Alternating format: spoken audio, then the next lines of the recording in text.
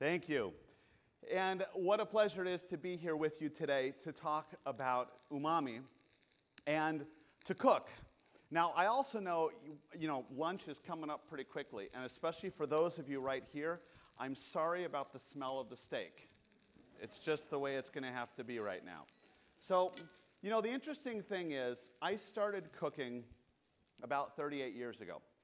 And when I went into the kitchens, the word umami didn't exist. We were told there were 4 tastes, and that's just the way that it was. And then slowly through my career, we started hearing these little mentions of this umami thing, this mysterious thing coming from Japan. Maybe it's sort of like very Asian wisdom kind of thing. And we were kind of puzzled by what this is and by what it meant for us chefs. And then slowly, of course, we understood, as many of you did, that it is a taste. It's the 5th taste. And the interesting thing about that is that if indeed it is the 5th taste, which it is, therefore, all humans have the ability to perceive it through history and across the globe. So what I want to do with you in the next 25 minutes or so is take you on a whirlwind journey across the globe. And we are going to see where umami sort of pops up throughout the world in some very interesting traditional recipes. So get ready. So I want to start in my hometown. In my hometown of Valparaiso, Indiana. And you might think this is kind of a funny place to begin talking about umami, but my mom, when she married my father, learned how to make a recipe from my grandmother. And it was the pot roast that we grew up eating. And in retrospect, although they didn't know what umami was either, it was actually a study of umami. So let me walk you through this, because what it is we start with this beautiful piece of beef shoulder, and then in the recipe from my grandmother, and I see it in her writing, it says, you sprinkle it heavily with Worcestershire sauce. Heavily with Worcestershire sauce. And then you sort of massage it into the meat, and then you let it sit for 30 minutes. What are we doing? Worcestershire sauce is a huge source of umami. What are we doing? We're adding umami into the beef itself. And then what we would do is sprinkle it heavily with black pepper. I wish I could put up on the screen the actual recipe. But what happens then is we put it in the oven, we brown it, so it has this beautiful dark appearance. And then, this is so much fun, I love making this recipe because it's so non-chefy. Then what we do is we smother it in onions. And the onions are cut per the specifications of my grandmother, a ½ inch thick. Okay, so if you recreate the recipe, get your ruler out. Then what we do is we put some carrots around the outside of our pot roast. We add a little bit of water. And everything seems to be going pretty well. We've got this umami going on. And then, this is the pure sort of circa 1940s, and I love this. What happens? Well, of course, ketchup. Because we would put on 24 ounces of ketchup. Do you know this recipe? Who's had this before? Yeah, okay. Maybe it's just a crazy thing. Now, what I would do then is put this in the oven, 24 ounces, there it is. Put it in the oven and cook it for, 3 hours or so. And what happens at the end of it? Well, what we have is this one right over here, right out of the oven. Yeah, I'm so sorry those of you in front, because this smells really divine. And those onions just melt down. Now, what's interesting about this, again, they didn't know about umami, but in essence, they did, because the ketchup is loaded with umami, and the Worcestershire sauce is loaded with umami. And what are we doing? We're creating this beautiful sweet umami dish that is, for me, so homey. And it's kind of funny, because I didn't make this dish for years because, well, I became, like a chef. And chefs don't cook with 24 ounces of ketchup. And then, at some point along the way, I decided to make this dish again. And guess what?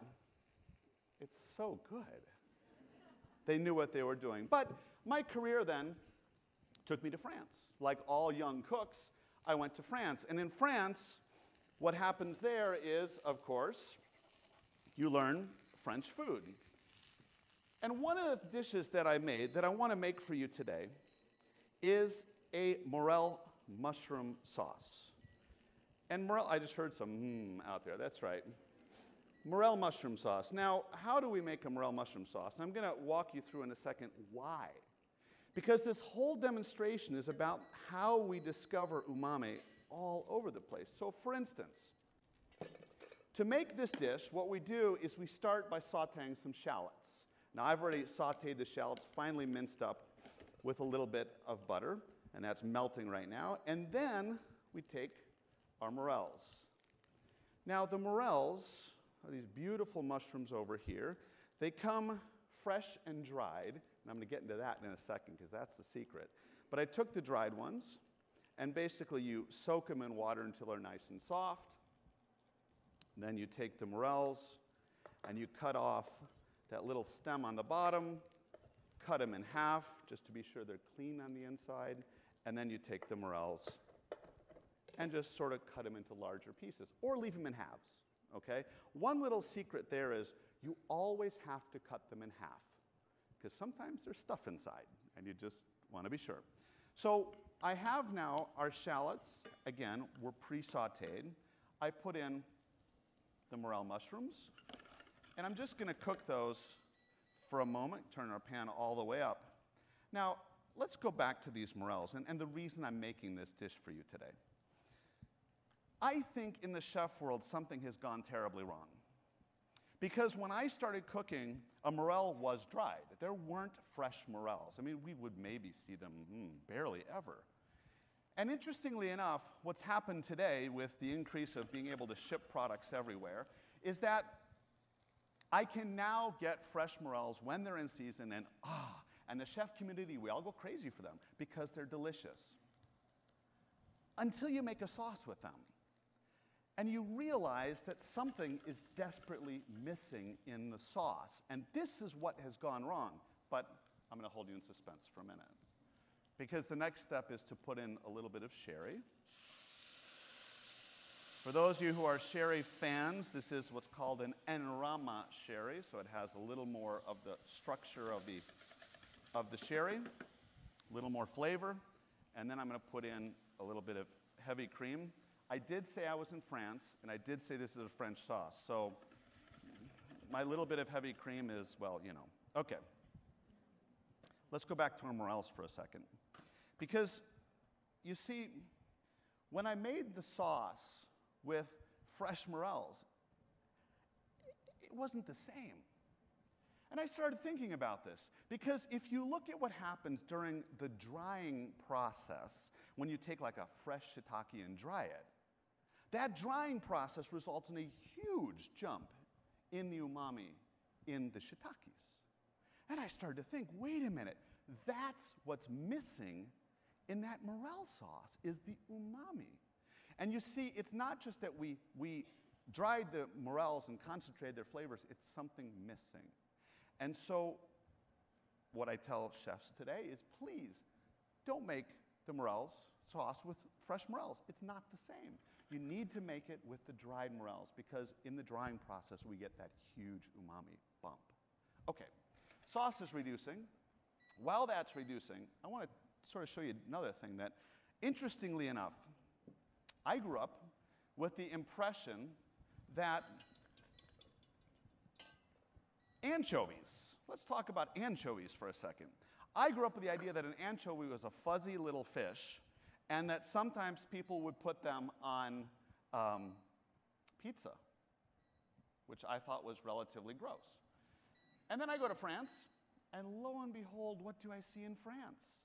I see this, and I never totally understood how this happens. So we took a steak, a beautiful steak, an aged steak. Oh, and by the way, the aging process also bumps up the umami. So we had this beautiful aged steak, sauteed or grilled, and then what did they do? To my horror, they took this anchovy butter. So it's called compound butter. So it's butter mixed with anchovies, smashed up anchovies.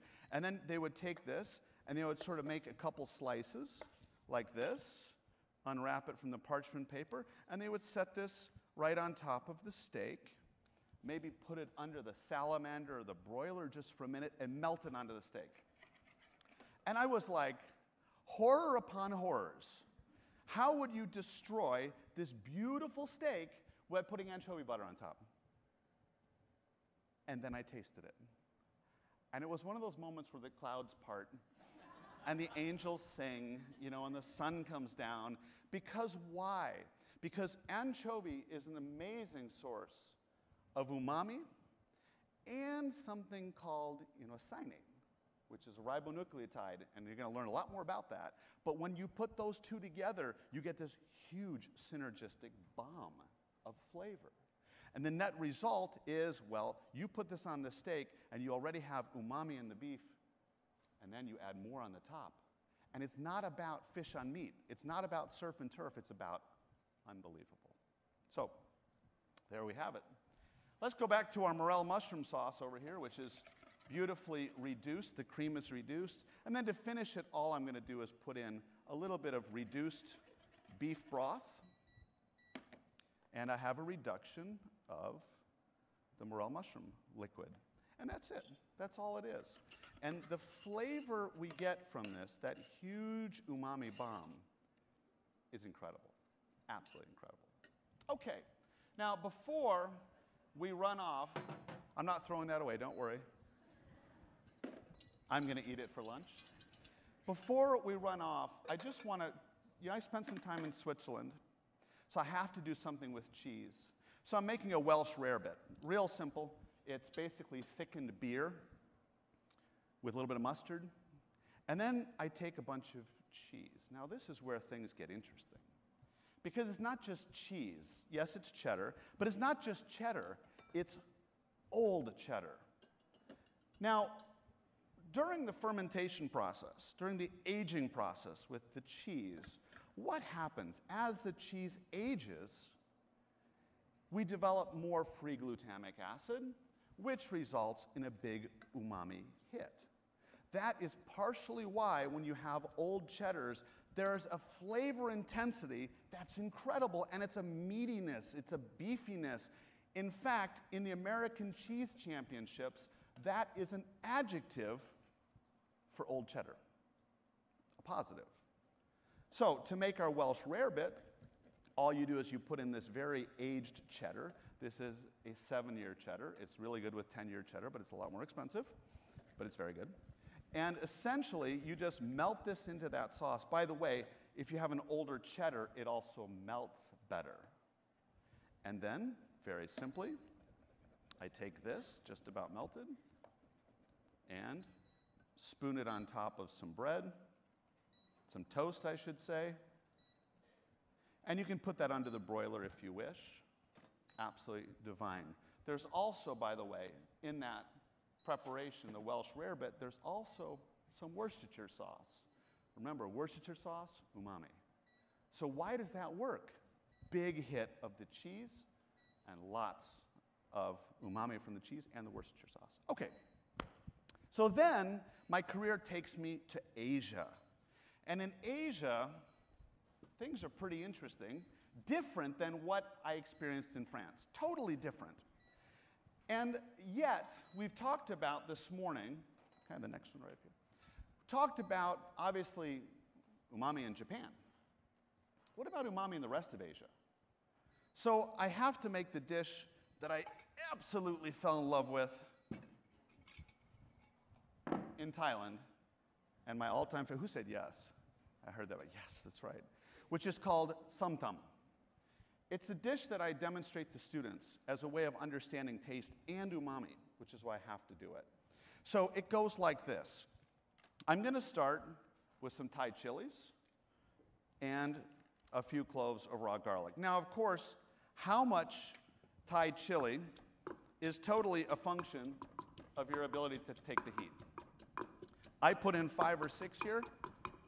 That'll hurt. A lot. And you just smash that up, And then into that, I'm going to put in some little baby dried shrimp. Umami. Got it? Umami, all right? So we have in here right now pungency and umami, and now I'm going to put in some acid, limes, and the oils from the lime skin. And watch how we're building this. So we have umami, we have acid, we have a little bit of palm sugar. That's the sweet component. Smash that up together, like so. And right now, the aromas up here are incredible. I'm going to add some more lime juice, because I like my somtum really acidic. And then more umami, which is the fish sauce. So the fish sauce is an absolute prerequisite for so many dishes in Southeast Asia, which is largely one of the biggest sources for umami in their dishes. Now that's kind of funny, because if you go back in the culinary literature and you listen to what Apicius said way back in ancient Rome, and he tossed this gross stuff called garum, which is fermented fish entrails, very delicious. And then all of a sudden you realize that's fish sauce, and it works because it's an umami bomb. Into that, I'm then going to take some shredded green papaya, and I'm going to mix that all together, sort of stirring it and smashing it at the same time. Now, the green papaya is, whew, got some chili. Yeah, it does. You know when it smells hot, it's hot. The green papaya is nothing more than literally an unripe papaya. It's peeled, and then you take this really cool thing like this, and you make your little julienne strips. It's very, very easy to do. We finish it with some Chinese long beans, with a few cherry tomatoes. Give it a little smash. Of course, at this point, I would taste it, which I'm not going to do because it's spicy, and then I'll be crying, and put in a few roasted peanuts. Now, the beauty of this dish stems from the acid, the sweet, the pungent, the umami, and they all blend together beautifully. Without the umami, this dish is an utter failure, because it doesn't have the depth of flavor that umami brings with it. Now, what about the rest of Asia? So what about places like, Korea? So as I was teaching a number of years ago, a long time ago, actually, I met a student who was an incredible talent. Her name is Beverly Kim. She's in Chicago. She has a one-star Michelin restaurant now called Parachute. She is Korean American, and I wanted to make one of her dishes for you because it's a dish of hers that I fell in love with. And I think it really typifies how we see different sources of umami throughout the world. And we've sort of seen how umami is produced from drying, from aging, and fermentation, which I'll talk about in just a second. But first, I have to start cooking an egg here. Excellent. All right, I'm just going to walk you through this dish because most of it has been prepared already. But let me explain what it is. We start by making a mung bean and rice pancake. We take these, we soak it, we puree it, along with some salted dried shrimp, umami, some kimchi juice, umami, and then we take some pork belly. And we take the pork belly, which is delicious. It is. And we take the pork belly and basically cure it and then cook it in a mixture loaded in umami. Soy sauce, miso, huge umami hit. All those beautiful fermented products that separate out the free glutamic acid. Then we take those, we slice it. To make the pancake, we take the batter and we put a piece of pork belly in it, and we cook the batter until it makes this beautiful pancake.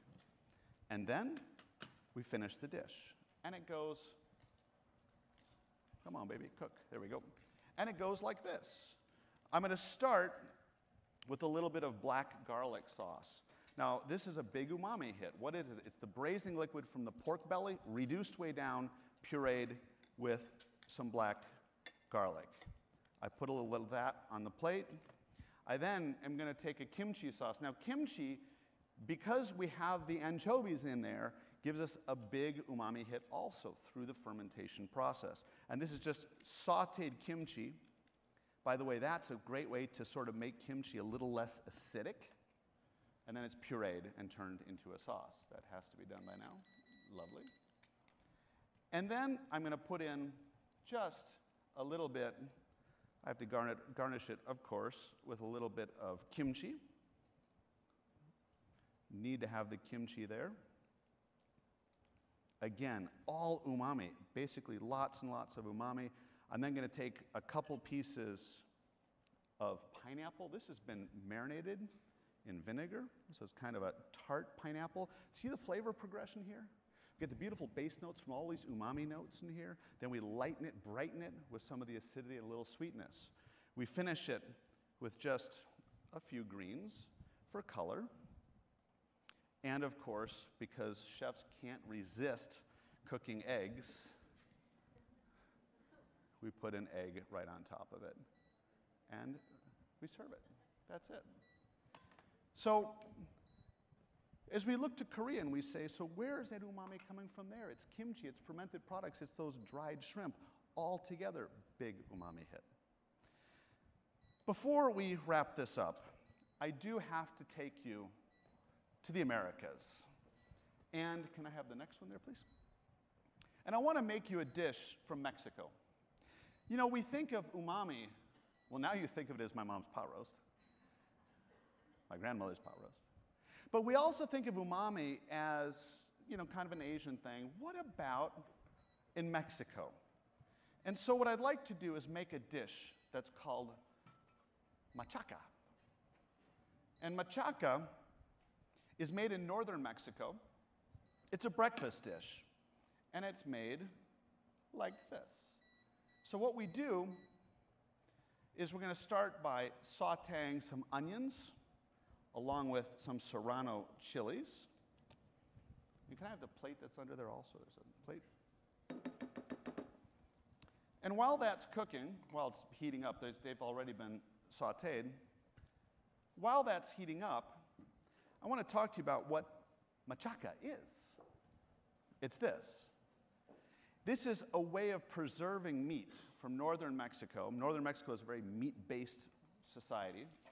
And they would do it by sun-drying the meat. Let me jump back over here. I'm going to put a little tomato in. Saute the tomato briefly. And back to our machaca. Now this, if you try to eat this, is like hard. So what you do is, serrano chilies. Woo.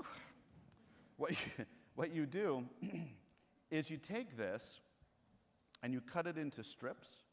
Sometimes in Mexico, some of the Mexican chefs will actually leave it that way. I think personally, it's a little too intense.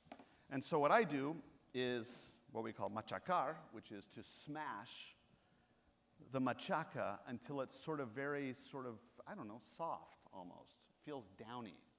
And literally, I take a wooden sort of what I use for the samtam, the green papaya sauce, just smash it. And then we take this, we put this into our mixture, and I'm going to saute that just for a moment. And then, this is such a simple dish, we're going to put our eggs and turn it into scrambled eggs. That's it. Now, why umami? Well, first of all, when we take this beef and we dry it, remember the drying process, we're increasing the umami. Plus, of course, the concentration because we're losing liquid. So actually, in Mexico, and when you have this, it doesn't have a flavor of beef. It's like beef plus plus plus. Why? That's why. Interestingly, in Mexico, little did they know that they were actually increasing the umami through a preservation technique, which is also like making sausages and salamis and things in other parts of the world. Now, to finish this, I'm just going to put some eggs put the eggs on top, and I'm going to just cook them into scrambled eggs. Now, a note about the eggs. The eggs are seasoned with salt, pepper, and MSG. If you have never had MSG in scrambled eggs, oh my gosh. That is the way I got into learning about umami. It was thankfully a Filipino student who taught me that. And to this day, I am so grateful because she changed my perception of what umami is. When you put MSG, it is the purest form of umami, into eggs, it's incredible. Go home, try it, you'll love it. So, I just want to wrap up the presentation here. Can I have the last plate down there? So, by the way, I forgot fermented ants. You're not going to eat them. I was in Colombia 3 years ago, and I was in a restaurant that's known for indigenous foods of the Amazon basin. And, excuse me, chili. And interestingly enough, the chef brought something to me and said, you have to try this, because this is crazy. The indigenous peoples in part of the Amazon take little tiny ants, and they essentially salt them and ferment them and turn them into a paste. And I was like, probably like some of you, not so sure I want to eat that. And as I tasted it, you know what it was? Fermentation, protein. It was an umami bomb. It was basically their version of Worcestershire sauce. It was incredible, absolutely incredible. So the point is, throughout the world, we have examples of umami everywhere, wherever you go. The Americas, obviously in Asia, but all throughout Asia, in Europe, all throughout Europe, whether it's cheese, whether it's Worcestershire, anchovies.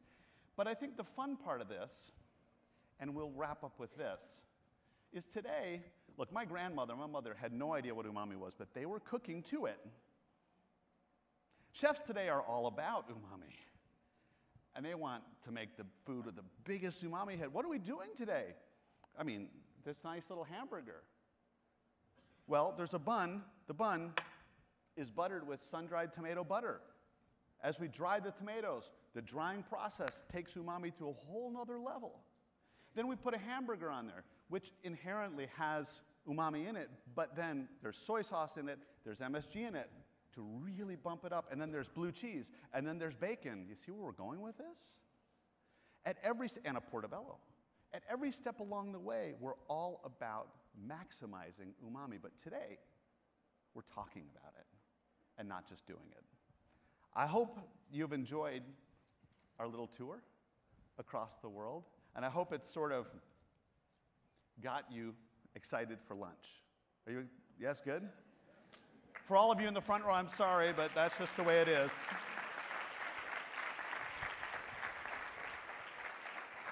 So I think I have the privilege now of sending you to lunch. Lunch is going to be out those doors to the second floor, and the Conrad, and I will tell you, I've worked with these guys for the last few days. They are amazing people. They have an amazing lunch for you. And then, of course, at the appropriate time, please come back. And there's also a great fermentation presentation outside. I hope you have the time to look over that because, again, we get umami through lots of different ways you're going to learn a lot more about, but fermentation is one of the big ones. So I hope you enjoy the presentation. Enjoy your lunch, and thank you very much.